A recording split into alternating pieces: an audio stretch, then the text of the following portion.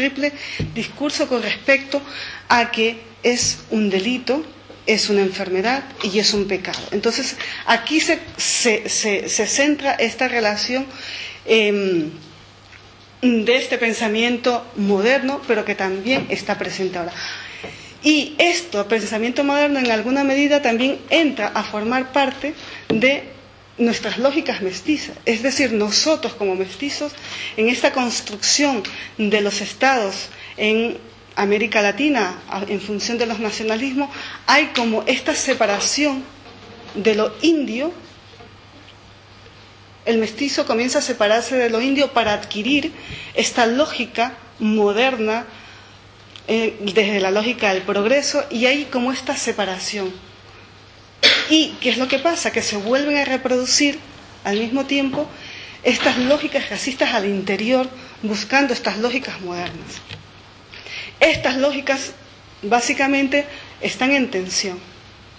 Por ejemplo, hoy es difícil hablar sobre homosexualidades en comunidades indígenas. Existe, pero es difícil establecer esos diálogos. Y las sociedades mestizas, en función de esto, se ven en este marco donde de alguna manera, en la coordinación de estos tres aspectos, tienen una salida. Y esta salida, en alguna medida, también está condicionada. Y ahí viene esta otra parte donde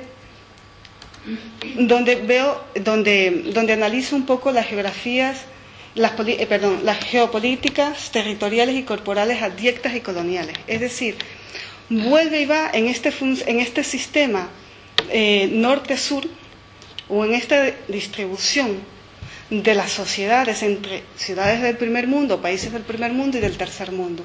En este sentido, nuevamente, en el momento que se adquiere, que se quisiera salir por una cuestión de homofobia, de transfobia, lo que sea, en este sentido, hay otros impedimentos que tienen que ver con las funciones administrativas de los estados en estos países de origen. Es decir, todos los procesos de visado. Todos los procesos de visados que están mediatizados y que están diferenciando tipos de sociedades en función de clase, raza y género. Es decir, cuando uno pide un visado desde América del Sur, tenemos que tener un estatus económico altísimo para que nos puedan dar visas. Entonces, desde el punto de origen, en función de este exilio o esta dispersión, se está priorizando o se está condenando, en este caso, a estos cuerpos no blancos, a estas sexualidades normativas, a pesar de que no puede ser explícita a la hora de la pida de un visado, pero está de alguna manera implícita en el momento que esta persona o grupos de personas deciden salir. Y también tiene que ver con el sistema de las sociedades empobrecidas de nuestros países. Entonces, aquí hay una primera frontera que en la noción de diáspora está generándose desde este punto de vista geopolítico. En este sentido, entonces, este exilio o esta expulsión de la que tú hablabas es multilocal. En algunos casos porque optas en presión de estas lógicas de exclusión, pero en otros casos precisamente porque eres expulsado. Y en ese sentido, la emergencia de las personas o grupos, la emergencia de las diásporas sexualmente diversas y no normativas, andinas y latinas, que es de las cuales estamos hablando, surge precisamente a partir de varios de estos grupos. Surge precisamente a partir de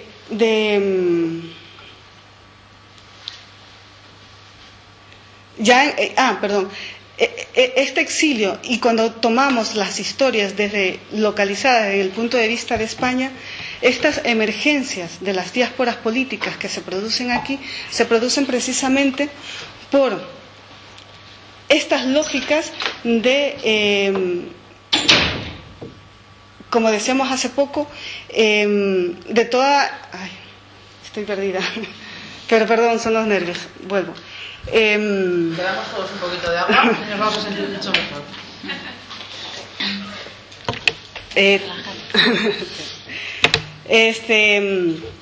Tiene que ver con la emergencia de las diásporas, tiene que ver con este contexto básicamente que se genera en función de la ley de extranjería aquí, que es un contexto amplio que tiene que ver también con las políticas de migración a nivel de la Unión Europea, donde nuevamente pone las fronteras para controlar estos sistemas de desplazamiento de las personas migrantes especialmente, porque los ciudadanos que van de paseo o de la Unión tienen esta libertad.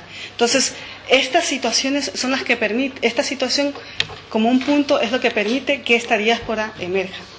Otro de los aspectos es esta posibilidad de alguna manera que arropan esta comunidad transnacional o diaspórica, en este sentido que tienen que ver con los grupos, organizaciones locales, desde donde interlocutan pero también se distancian. En este sentido, al distanciarse, toman posiciones políticas fuertes. Y estas posiciones políticas tienen precisamente que ver con esta lógica que presentan los grupos con esta geopolítica del poder y geopolítica de los cuerpos. Otro punto importante es la reflexión de alguna manera que se genera al interior de los grupos e instituciones, grupos transmaribolleros y también de las instituciones, de las organizaciones institucionalizadas. Ambos proveen de alguna manera de este espacio. La diferencia es que las posiciones políticas de estos espacios permiten o no un mayor acercamiento a la acción que otra. En el caso, por ejemplo, de las organizaciones institucionalizadas, los grupos como tal más bien son como receptores de política. Es algo parecido a dar el condón, es al llegar para conversar de algo, pero toda la acción política está dada desde la jerarquía de la institución. A diferencia que en los grupos transmaribolleros la acción como tal permite mayor inclusión en la medida de que toman posicionamiento de ella, es decir, forman parte de la construcción de la movilización, por ejemplo, toman parte tanto en lo que se va a decir, en los discursos que se quieren emitir. Entonces, en este sentido, los grupos transmaribolleros de alguna manera ofrecen un mayor espacio de participación de donde emergen de alguna manera estas diásporas. Y por último, esto también ha generado conformaciones, grupos y comunidades al interior de ellos. ¿Me dices con el tiempo? Sí, yo creo que si tienes 3 minutos, ya. Bueno. Entonces, los discursos de las diásporas en este sentido tienen que ver básicamente con una crítica, y esa crítica tiene que ver con la instrumentalización de la precariedad, la pobreza y los cuerpos y las identidades como otros conquistables y vistos como materia prima. Esta lógica no solamente es una crítica de cara al Estado, sino también es una crítica al interior de los propios movimientos, incluso al interior de la propia academia. Es decir, no somos objetos de investigación para ustedes, es decir, tenemos una cultura, pero no somos conquistables, ese otro percibido como que acostumbra a percibirse desde una posición jerárquica y como el otro diferente, no. Y en ese sentido, se pregunta en alguna medida, ¿por qué nos siguen mirando como los otros? ¿Por qué seguimos siendo los otros? Esta es una pregunta de alguna manera que vuelven y se hacen. Y me llamó mucho la atención esto también porque ese otro fue construido también en esa construcción moderna y colonial. El otro racializado. Otra de las críticas que hacen los grupos, de alguna manera, es en función del patriarcado y la dicotomía. Pero una de las cosas que recuerdo es también que estas dicotomías, hay mucha discusión al interior de los grupos transmaribolleros con las dicotomías. Sin embargo, dentro de los grupos más bien latinoamericanos, estas identidades no son totalmente fijas. Nos podemos identificar de 1000 maneras. Y yo creo que esa forma de identificarnos de mil maneras no es otra cosa que también una estrategia política de resistencia. De resistencia no solamente en función del poder hegemónico, sino también de resistencia ante nuestros otros iguales. Y de alguna manera los grupos también se plantean este tránsito, llamado también transfeminismo, que es otra de las cosas que se me está pasando, es el transfeminismo como un camino para la acción conjunta. En este sentido, entonces, lo que se intenta es precisamente cuestionar esta dualidad fija, férrea, donde no nos permite ver más allá de estas concepciones que no solamente tienen que ver con la lógica mujer y hombre, sino que tienen que ver con esta lógica de la feminidad y la masculinidad, articulada ya sea a una relación heterosexual u con personas del mismo sexo. Tiene que ver también con criticar de alguna manera o cuestionar a las formas racializadas en las relaciones. Y en este sentido, estos grupos transfronterizos que se autodefinen como tal, quieren de alguna manera acciones que visibilicen la tortura cotidiana que significan los papeles y que significa el internamiento en los centros de internamientos para extranjeros, cuestionar la neocolonialidad de la modernidad, porque se dice y tienen claramente que en estos pequeños espacios se están generando estas lógicas neocoloniales. Entonces, de alguna manera, al hacer una enunciación de lo neocolonial, está esta memoria de lo colonial, que es y no es una memoria. Es una memoria en la medida que, como recuerdo, no obstante, no se deja de vivir en alguna medida en los países de origen y en los países por donde pasa. Y por último, solamente decir que, para ya terminar, que en el caso de Migrantes Transgresora, que es un grupo donde yo estoy participando, precisamente poner en debate para nosotros fundamental la lógica del racismo. Esta lógica del racismo que nos afecta en general y que nos afecta en esta lógica dual mirada, ¿no? Como los que somos modernos o posmodernos y los que somos colonializados. Y la visibilización de las identidades difusas de estas lesbianas, transmasculinas y transexuales femeninas de otras formas, y establecer articulaciones críticas frente a eso.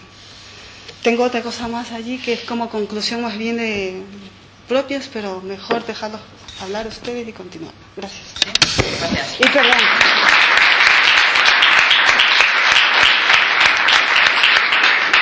Bueno, yo creo que hoy hemos escuchado un montón de términos que habitualmente no utilizamos, porque está muy bien que empecemos a traer espacios como este. Yo me he hecho aquí una lista de cosas estupendas, como ha salido el colonialismo, ¿no? Ha salido el homonacionalismo, la idea de diáspora queer, la idea de la contestación a términos como queer, la idea de la crisis de la idea del hogar como un sitio de retorno, ¿no? La crisis de tener ese sujeto que no es objeto, o si es sujeto debe ser objeto de la investigación, ¿no? La interseccionalidad, el transfeminismo, el mestizaje, la crisis de las políticas identitarias. ¿Qué pasa con lo transfronterizo? No sé, a mí me ha resultado extremadamente seductor toda esta avalancha de términos, y que creo que nuevos lugares donde situarse para hacer teoría, para hacer investigación, para hacer activismo, que yo creo que tenemos que agradecer, que son además trabajos en curso, que yo creo que tienen la valentía de, muchas veces no es lo mismo llegar con una cosa ya publicada, con un trabajo ya cerrado, publicado, terminado, que mostrar cosas en curso, que yo creo que supone además un ejercicio de innovación y de exponerse al debate, ¿no? Que yo creo que en ese sentido sería estupendo si pudierais hacer alguna reflexión o traer alguna pregunta con la que nos fuéramos con la idea de que hemos trabajado cuestiones interesantes hoy, ¿no? Y para Leticia, tú si podías profundizar un poco en lo que has dicho al principio de por qué no usabas el término queer, lo agradezco porque no funcionaba bien luego escuchar al público. Repetir lo que ya he dicho en tu Ya. ¿Respondo de una vez? Sí, La diferencia básicamente está en que